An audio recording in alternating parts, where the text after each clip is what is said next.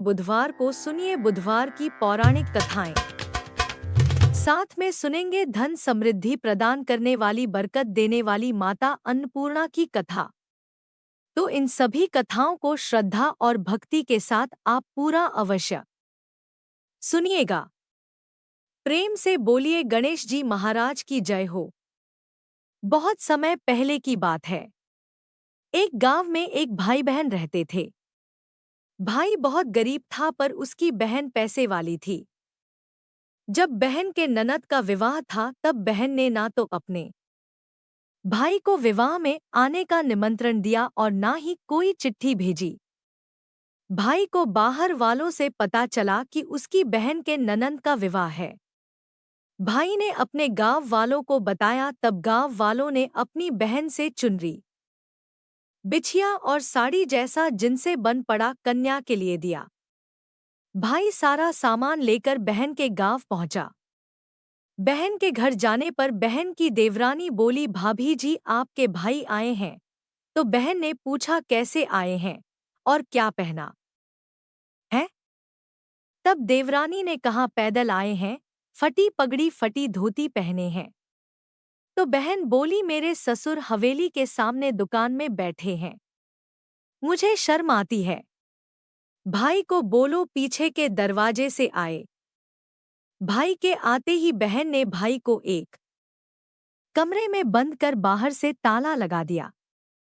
एक तरफ लड़की का विवाह हो रहा था, गाजे बाजे बज रहे थे, अतिथियों को भोजन कराया जा रहा था और दूसरी तरफ भाई को कोई भी पानी तक पूछने वाला नहीं था। तभी भांजे की बहू को दया आई और उसने दरवाजा खोल दिया। दरवाजा खुलते ही भाई वहां से भागा। 2 दिन के भूखे प्यासे रहने के कारण उसे चक्कर आने लगे। रास्ते में एक गणेश जी का मंदिर था। वहां जाकर वो गिर गया और रोते रोते गणेश भगवान को अपनी व्यथा सुनाई और बोला, हे गणेश जी महाराज, आज मेरी गरीबी के कारण से मेरी सगी बहन ने मुझे धिक्कार दिया। घर जाने पर मेरी पत्नी मेरे बच्चे जब पूछेंगे कि विवाह से क्या मिठाई लेकर आए हो तो मैं क्या जवाब दूंगा। तब गणेश जी को उस पर दया आ गई और गणेश जी भगवान बोले मेरे बगीचे से ककड़ी और तरबूज तोड़कर ले जा। तब भाई ने ककड़ी तोड़कर झोला भर लिया और अपने घर गया। घर जाते ही बच्चों ने पूछा, पिताजी बुआ के यहाँ से हम लोगों के लिए क्या लाए हो। झोला खोलते ही छोटे तरबूज सोने के गेंद में बदल गए। बाकी तरबूज काटने से हीरे मोती निकले।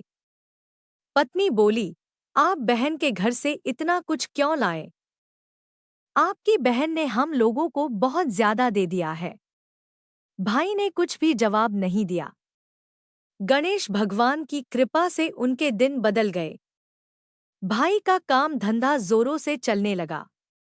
धीरे धीरे गहने कपड़े रहने के लिए मकान बन गए। पत्नी बोली, एक बार ननद जी को बुलाकर लाओ। तो भाई ने नए कपड़े नए जूते पहनकर रथ में बैठकर बहन को लेने गया। देवरानी बोली, भाभी जी आपके भाई आए हैं। बहन ने पूछा, कैसे आए हैं और क्या पहना है। तब देवरानी बोली, रथ में बैठकर खूब ठाट बाट से आए हैं। बहन बोली, मेरे भाई को बोलो कि हवेली के सामने से आए, मेरे ससुर देवर जेठ देखेंगे। भाई का बहन ने खूब स्वागत सत्कार किया। भाई बोला, बहन मैं तुम्हें लेने आया हूं। तब बहन ने कहा, मुझे भी बहुत दिन हो गए हैं, चलो मैं चलती हूं। भाई बहन को लेकर अपने घर आया। भाई और उसकी पत्नी ने बहन का खूब आदर सत्कार किया। जो चीजें मांगी सब बनवा कर दिया। बहन बोली, भाई मुझे एक जूते चाहिए। तब भाई ने मोची को बुलाया और कहा, मेरी बहन के लिए ऐसी जूती बनाओ जो मुंह से बोले। भाई ने बहन को बहुत सारा धन देकर विदा किया, पर अभी तक वह जूती नहीं आई थी। बहन रवाना होने लगी। तभी मोची जूतियां लेकर आया।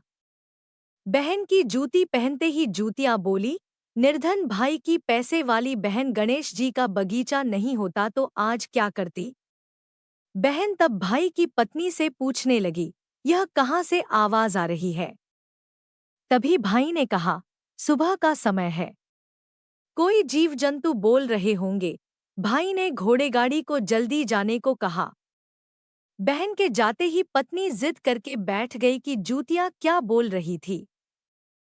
तब पति ने अपनी पूरी आपबीती सुनाई कि कैसे बहन ने मुझे 2 दिन भूखा रखा, कमरे में बंद कर दिया था।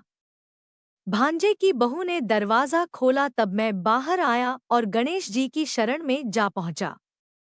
गणेश जी की कृपा से हमारे दिन बदले हैं। उसने अपनी पत्नी को डोट सारी बातें बताई। तब पत्नी बोली, अगर मुझे मालूम होता तो मैं आपकी बहन को कुछ नहीं देती। मेरा दिया हुआ सब कुछ वापस लेकर आओ। तब पति बोला, गणेश भगवान ने हमें सब दिया है।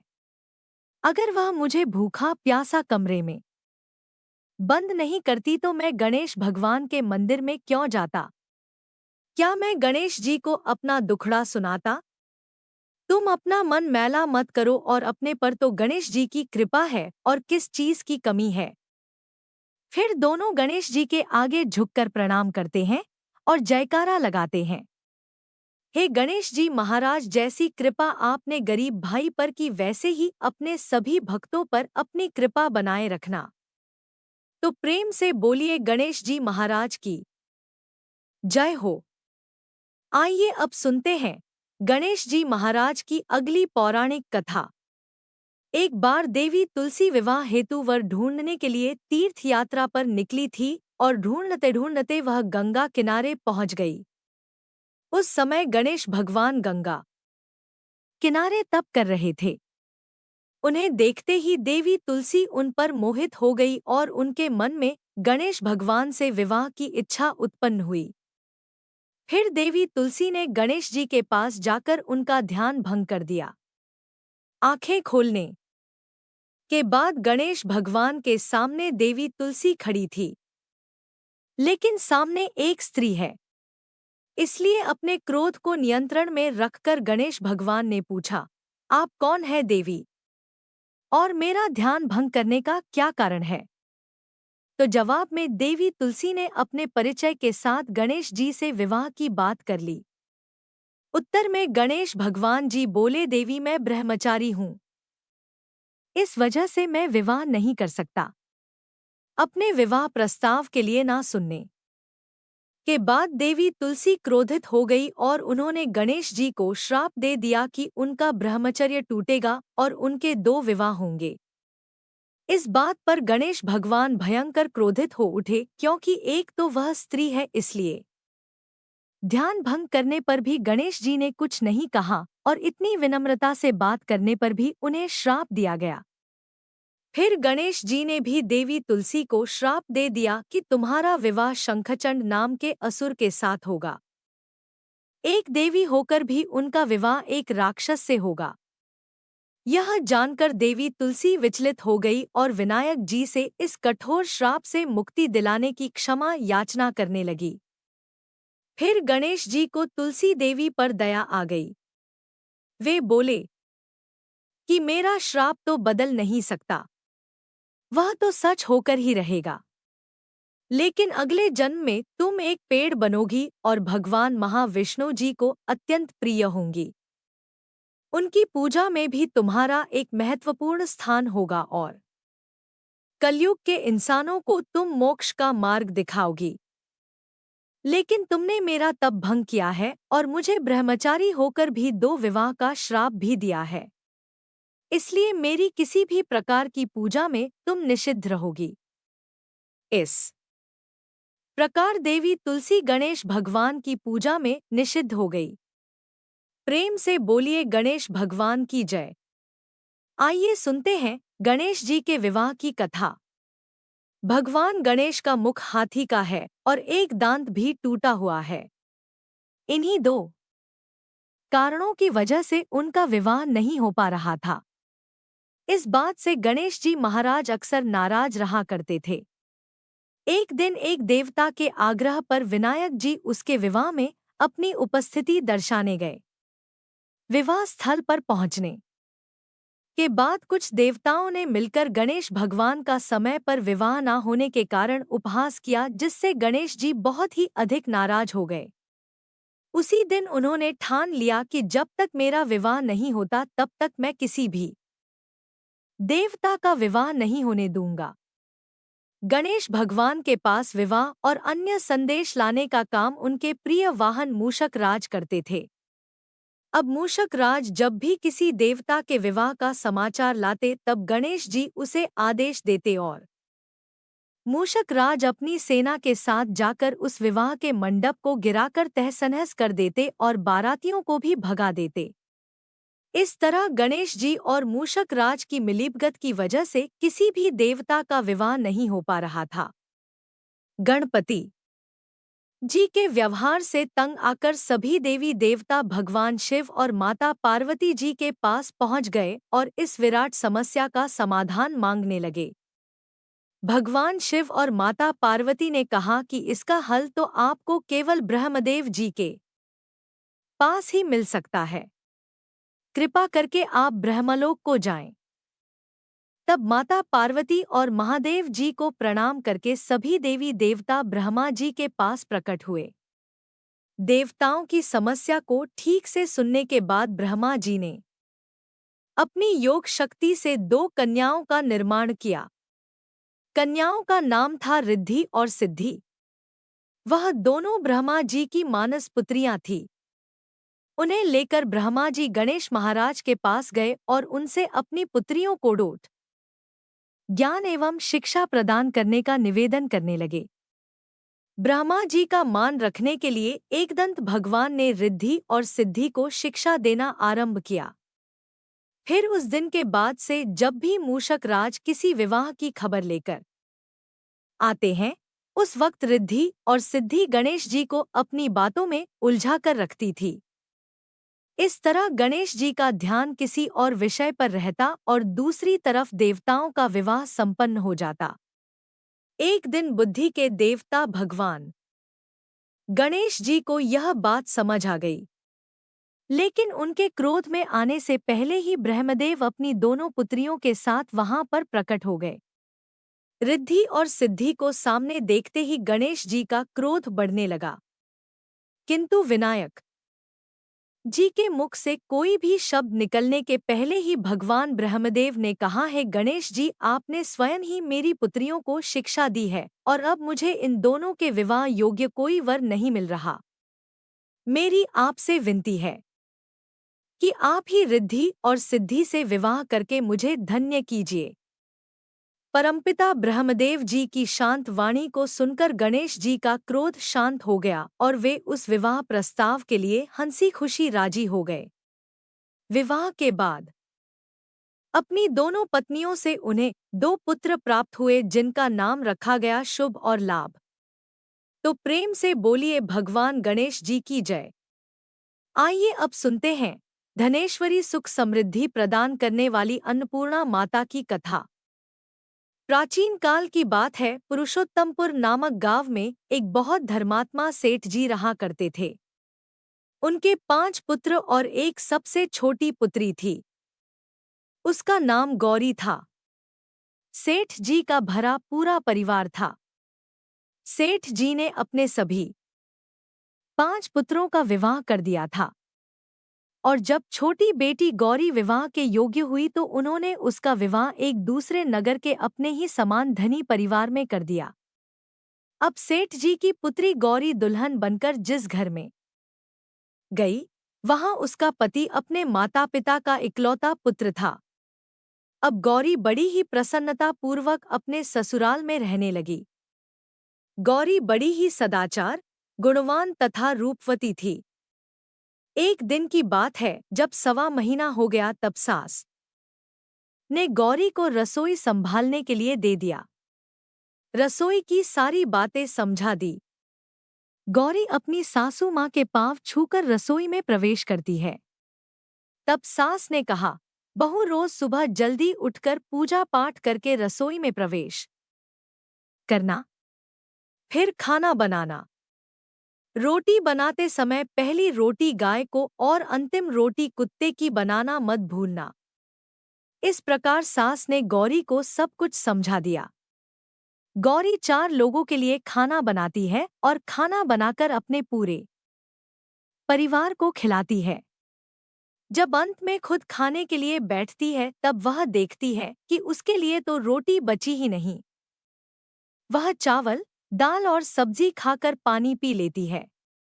अब जब शाम होती है तब गौरी ने सुबह से ज्यादा आटा लगाया और रोटी सब्जी बनाकर रख दी।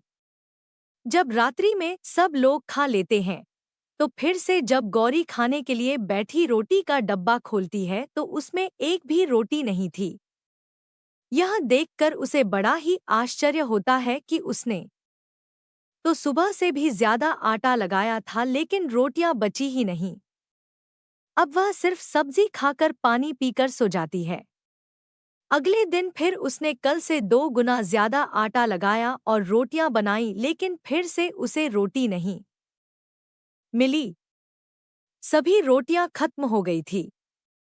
अब उस दिन भी आधे पेट खाना खाकर ही उसे रहना पड़ा।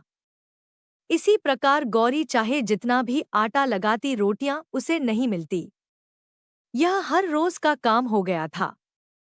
वह सोचने लगी आखिर कौन नहीं चाहता कि मैं रोटियां नहीं खाऊं, मैं पेट ना भरूं। गौरी इस आस में आटा ज्यादा गूंथती कि किसी ना किसी दिन तो उसे रोटियां मिलेंगी। किंतु ऐसा नहीं होता है। ऐसा करते करते वह बहुत कमजोर दुबली पतली हो गई।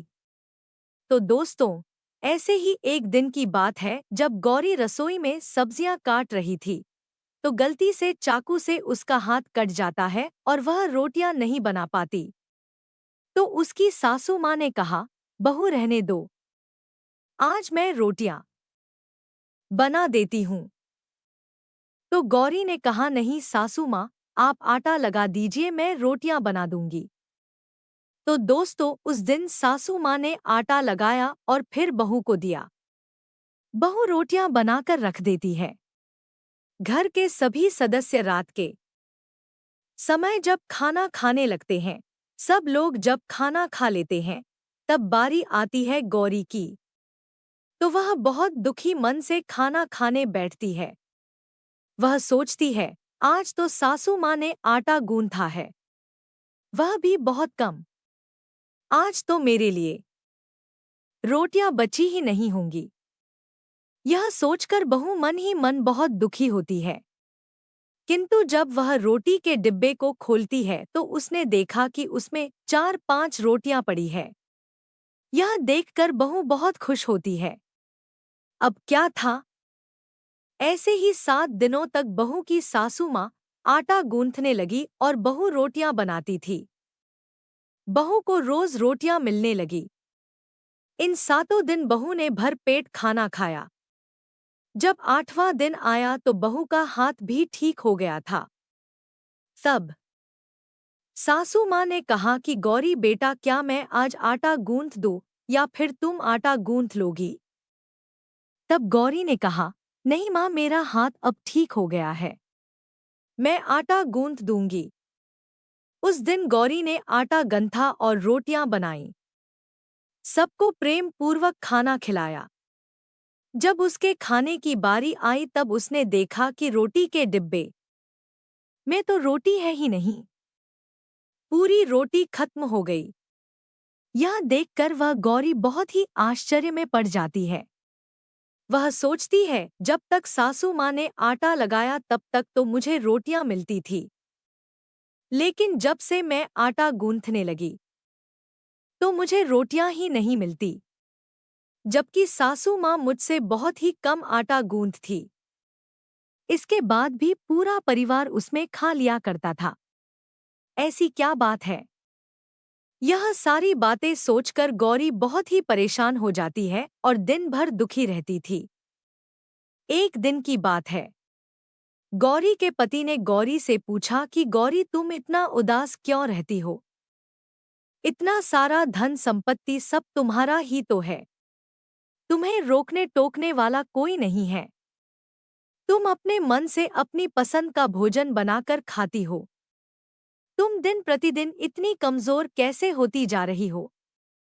गौरी ने लाज और संकोच से अपने पति को कुछ नहीं बताया।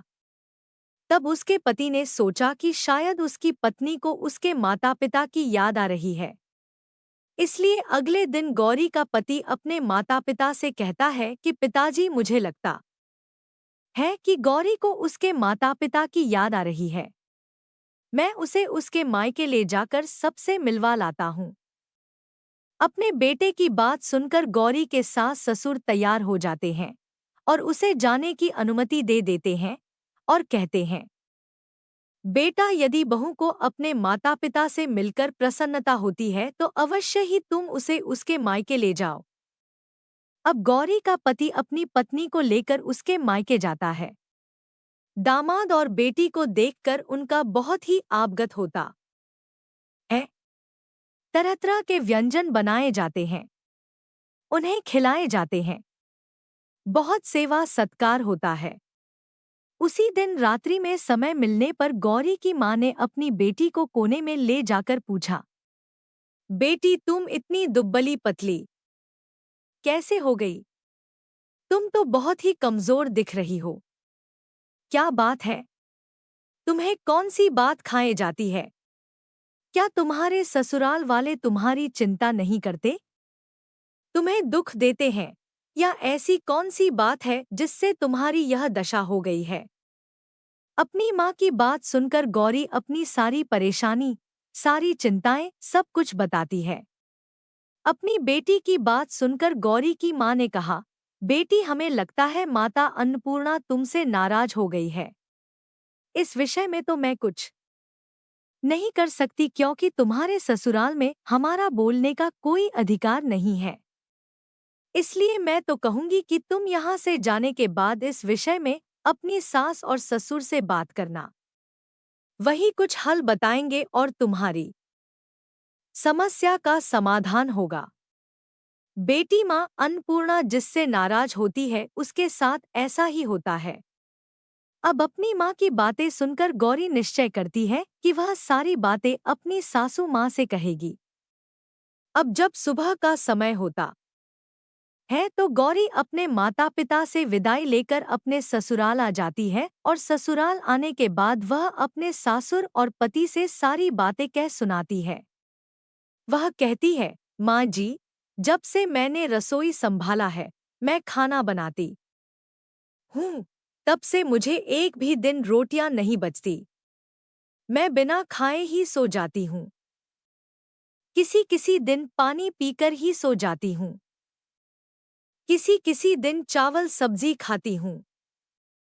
रोटी तो मुझे मिलती ही नहीं है। और माँ जी, आपको याद है मेरा हाथ कटा था, तब आप उस समय आटा गूंथा करती थी और वह भी बहुत कम।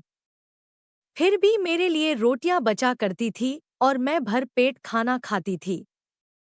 लेकिन अब जब मेरे हाथ का घाव ठीक हो गया तब से मैं फिर से आटा गूंथने लगी और रोटियां बनाने लगी। अब मेरे लिए फिर से रोटियां नहीं बचती।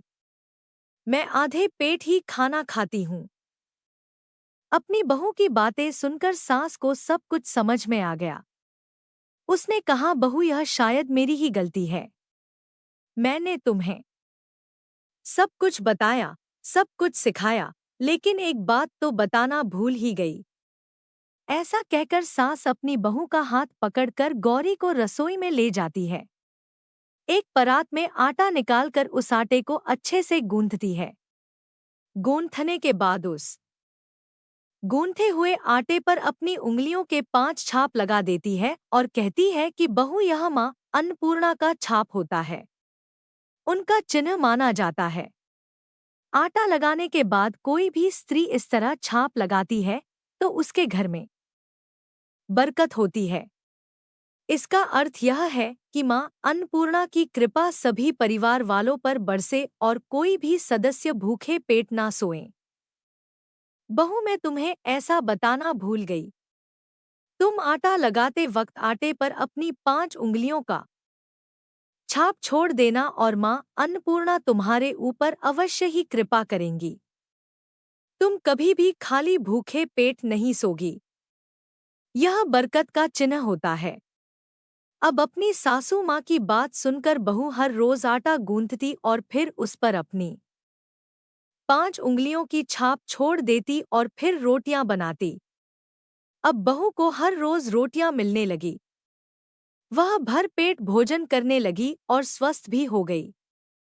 माँ अन्नपूर्णा की कृपा उस पर बरसने लगी। उसके हाथ में माँ अन्नपूर्णा का वास हो गया। घर पर कोई भी सदस्य भूखा नहीं रहता और जो कोई मेहमान आता या कोई भीख मांगने के लिए भिक्षुक आता उसे भी वह खाना खिलाकर ही घर से विदा करती। इस प्रकार बहू के ऐसा करने से उसके घर में बरकत होने लगी, अन्न की वर्षा होने लगी। तो प्रिय भक्तजनों, आटे को गूंथकर उस पर 5 उंगलियों का छाप लगाना हमारी पुरानी परंपरा है। यह माता लक्ष्मी जी और माता अन्नपूर्णा का चिन्ह माना जाता है। ऐसा करने से माता अन्नपूर्णा सदा प्रसन्न रहती है और घर वालों पर अपनी कृपा दृष्टि बनाए रखती है। हमारे पूर्वजों से लेकर अब तक यह परंपरा चली आ रही है।